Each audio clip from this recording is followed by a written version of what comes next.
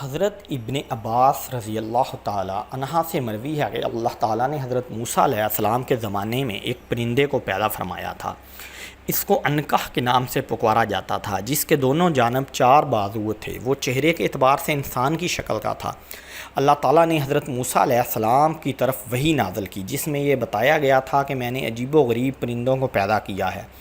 وہ بیت المقدس کے ارد گرد کے جانوروں کو اپنا شکار بنائیں گے۔ پھر پرندے کے اس جوڑے سے عنقہ کی نسل آگے بڑھی۔ جب حضرت موسیٰ علیہ السلام کا وصال ہوا تو یہ پرندہ بھی وہاں سے غائب ہو گیا۔ اس نے حجاز کی سرزمین کو اپنی رہائش بنا لیا تھا۔ روایت میں ہے کہ عرب کے شمال علاقوں میں اہل رس کی قوم آباد تھی۔ اہل رس کے علاقے میں ایک بہت ہی بڑا پہاڑ پایا جاتا تھا، جس کو مف کے نام سے دنیا جانتی تھی۔ اس پہاڑ میں بے شمار پرندے اور جانور رہتے تھے۔ ان پرندوں میں عنقا بھی پرندہ موجود تھا۔ یہ پرندہ سال بعد اس پہاڑ سے باہر نکلتا تھا۔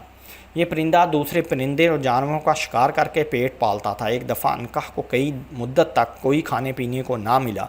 وہ پرندہ اپنی بھوک مٹانے کے لیے انسانوں کی آبادی میں آ گیا اور ایک بچے کو اٹھا کر آسمانوں کی طرف لے گیا۔ اس کے بعد ایک لڑکی کو اٹھا کر چلا گیا۔ اس دنوں اللہ تعالیٰ نے ایک نبی کو مبعوث کیا، جس کا نام حنظلہ علیہ السلام تھا۔ حنظلہ بن صفوان ایک پیغمبر تھے، جنہیں بعض روایات کے مطابق اللہ تعالیٰ نے اصحاب الرس کی جانب بھیجا تھا، کیونکہ ان کا تذکرہ قرآن اور حدیث میں صریحاً نہیں ملتا۔ تاہم ابن کثیر نے اپنی کتاب قصص الانبیاء میں ان کا ذکر کیا ہے۔ سب سے پہلے حفظ ابن عساکر نے اپنی کتاب تاریخ دمشق میں شہر دمشق کی تعمیر کے ذیل میں ان کا ذکر کیا۔ وہ لکھتے ہیں کہ اللہ نے حنظلہ بن صفوان کو اپنا پیغام دے کر صحاب راس کے پاس روانہ کیا، لیکن انہوں نے اپنا پیغمبر کو جھٹلایا اور انہیں قتل کر دیا۔ بعد عاد بن اوس بن ارم بن سام بن نوح اپنی اولاد کے ساتھ یہاں سے کوچ کر گئے اور احقاف میں سکونت اختیار کی۔ اللہ تعالیٰ نے اصحاب الراس کو ہلاک کر دیا۔ عربی میں عنقہ گردن کو کہتے ہیں، چونکہ اس پرندے کی گردن لمبی ہوتی ہے، لہٰذا اس نسبت سے اسے عنقہ کہتے ہیں، جبکہ فارسی میں اسے سمرخ کہنے کی وجہ یہ ہے کہ اس میں 30 پرندوں مرغ کی خوبیاں پائی جاتی ہیں۔ ہندی میں یہ اس لیے امر پکشی یعنی صدرہ زن زندہ رہنے والا پرندہ ہے۔ یہ مر کر دوبارہ جی اٹھتا ہے۔ اس کی اوسط عمر 1000 سال تھی۔ ناظرین گرامی، جب اس پرندے نے انسانوں کو اٹھانا شروع کیا تو لوگوں نے عنقا کی شکایت حضرت حنظلہ علیہ السلام سے کی۔ اس وجہ سے حضرت حنظلہ بن صفوان علیہ السلام نے عنقا کے لیے بد دعا کی۔ اللہ تعالیٰ نے پیغمبر کی دعا کو قبول کرتے ہوئے عنقا پر آسمانی بجلی نازل کی، جس کی وجہ سے عنقا برباد ہو گیا۔ اس دن کے بعد اس نسل کا کوئی بھی پرندہ دنیا میں دیکھنے کو نہیں ملا۔ مفسرین نے لکھا ہے کہ اہل راس کو اہل رس اس لیے کہتے ہیں کہ وہ جس علاقے میں آباد تھے وہاں ایک کنواں تھا۔ یہ کنواں قوم سود نے کھدوایا تھا۔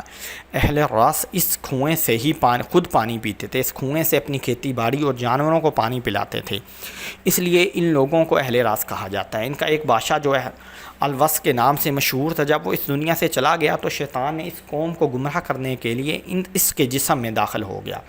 اہل رس نے اپنے بادشاہ کے جسم سے یہ آواز سنی کہ میں نہ کھاتا ہوں اور نہ ہی مجھے موت آئے گی، میں ہی تمہارا معبود ہوں۔ اس طرح وہ قوم کفر اور شرک میں مبتلا ہو گئی۔ وہ بادشاہ کے اس مردہ جسم کو پوجنے لگی۔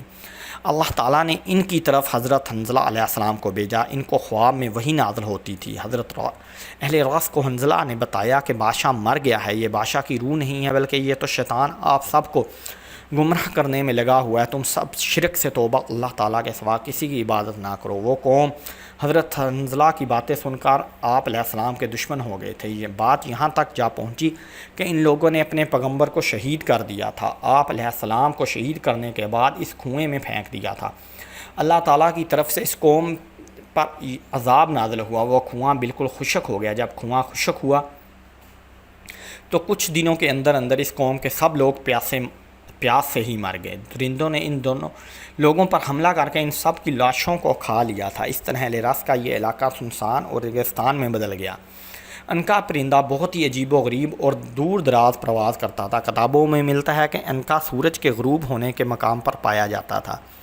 جسم و جسامت کے اعتبار سے یہ پرندہ بہت ہی بڑا ہوتا تھا۔ یہ ہاتھیوں کو اس طرح سے اٹھا کر لے جاتا تھا جیسے چیل اپنے شکار کو بڑی آسانی سے اٹھا کر لے جاتی ہیں۔ عنقا جب آسمان کی طرف پرواز کرتا تھا تو ان کے پروں سے ایسی آواز آتی تھی جیسے کہ آسمانی بجلی گرج رہی ہو۔ یہ پرندہ کئی سو سال تک زندہ رہتا تھا۔